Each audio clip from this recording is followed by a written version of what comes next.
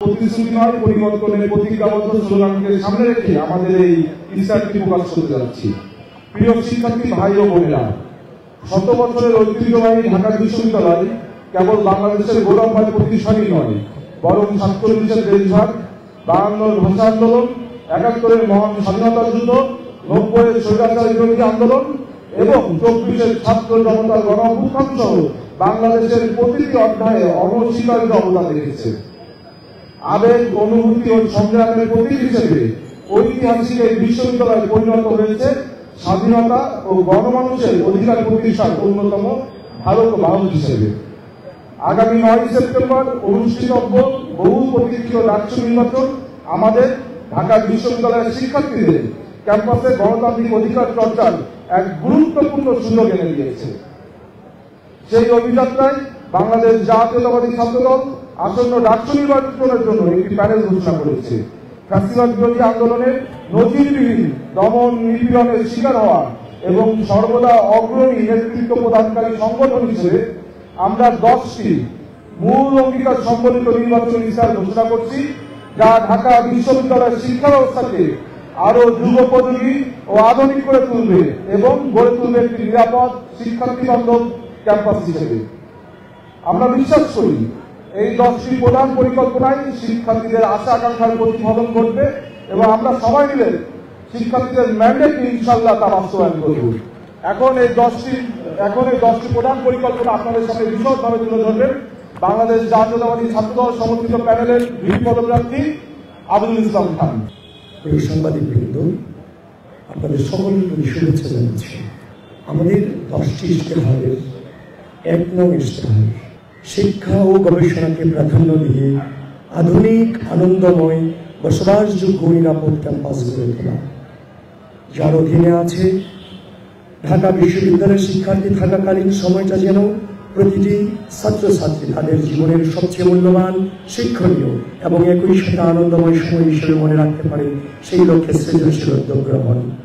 গ্যাসরুম, গণরুম সংস্কৃতি, জোরপূর্বক রাজনৈতিক কর্মসূচি, উদ্যমন, নিপীড়নের মতো ঘৃণিত চর্চা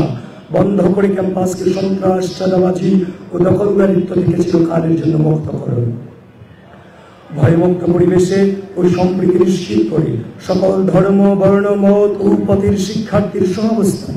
ও অধিকার চর্চার সুযোগ নিশ্চিত করুন, ক্লাসরুম সংকট নিরসনে সময়োপযোগী অবকাঠামোগত সম্প্রসারণ ও শ্রেণী কক্ষ বৃদ্ধির কার্যক্রম শুরু করুন, শিক্ষার্থী নিপীড়ন, র্যাগিং, অনলাইন অফলাইনে ঘৃণা ও মিসইনফরমেশন প্রতিরোধে ডাকসুর অধীনে একটি স্বাধীন শিক্ষার্থী সুরক্ষা সেল গঠন ও শিক্ষার্থীদের যে কোনো জরুরি প্রয়োজনে 24 ঘন্টা সেবা প্রাপ্তি নিশ্চিত করে ইমার্জেন্সি হেল্পলাইন চালু, ক্যাম্পাসে মাদকসেবী ও ভবঘুরে সহ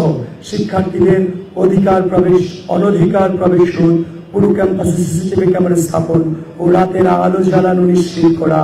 হলে বিশেষ সেল গঠন করে তার মাধ্যমে হলে কোনো প্রকার অছাত্র অবস্থান সম্পূর্ণ নিশ্চিত করুন, ঢাকা বিশ্ববিদ্যালয়কে একটি পূর্ণাঙ্গ আবাসিক বিশ্ববিদ্যালয় হিসেবে গড়ে তোলার জন্য প্রয়োজনীয় উদ্যোগের অংশ হিসেবে নতুন হল নির্মাণের দ্রুত ব্যবস্থা গ্রহণ, যেন ভর্তির দিন থেকেই প্রতিটি শিক্ষার্থীর জন্য একটি সিট ও একটি পড়ার টেবিল নিশ্চিত করা সম্ভব হয়,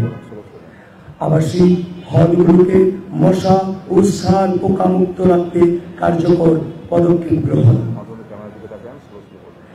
ক্যান্টিন ও ক্যাফেটেরিয়া খাবারের উপর ভর্তুকি বৃদ্ধি, পুষ্টিবিদদের সমন্বয়ে টিম গঠন করে খাবার সমূহের স্বাস্থ্যগণ ও পুষ্টিগত মান নিশ্চিত করা ও সামগ্রিক পরিবেশ ও ব্যবস্থার গুণগত মান উন্নতি।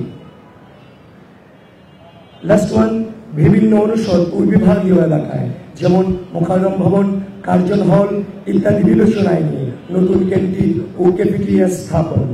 যেন সব শিক্ষার্থী সহজেই সাশ্রয়ী ও স্বাস্থ্যকর খাবার পেতে পারে।